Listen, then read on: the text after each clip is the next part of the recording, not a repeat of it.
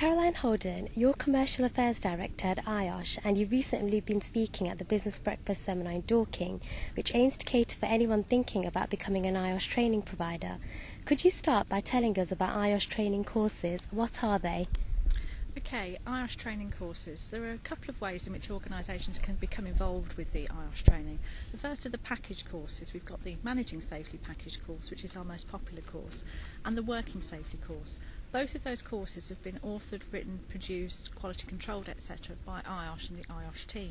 They're very much plug and play, ready to go, headache removal courses, if you like, in the sense of we've done all the work for you, you can buy into the courses. You do need to sort of familiarise yourself, become familiar with the story behind the animation, but once you've done that, then you should be ready to go and of course met our licensing criteria. The other way in which organisations can become involved with IOSH through training is through what we call the Tailored Course Approval Service, and that's about when people have written their own courses but they'd like approval by a reputable third party, and often that third party that they choose is IOSH. The other thing to say about both the package courses and those offered through tailored course approvals is that they're what we call at awareness level or awareness standard of training. So what does that mean in real terms?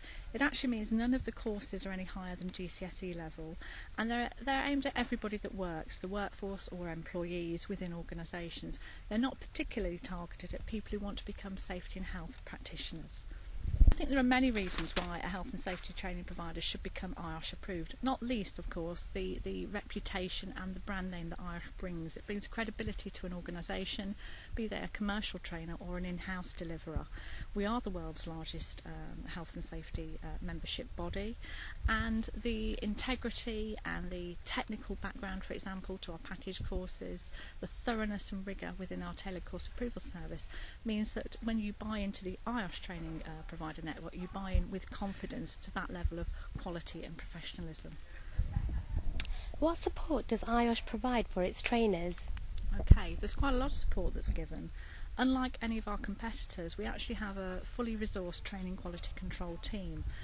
The members of the team are all training experts, and every organisation that is licensed, or if you like approved, to deliver the IOSH branded courses is given a dedicated named training verifier. That's very important. They're not just coming through to an anonymous help desk, and they have one person as the point of contact.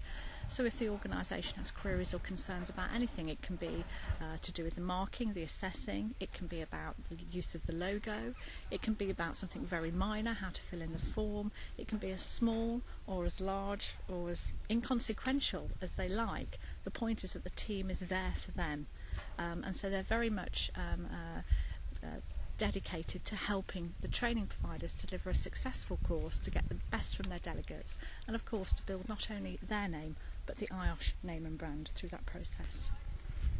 To become an IOSH training provider, we do have what we call a licensing process, or if you like an approval process to become licensed and to deliver the courses.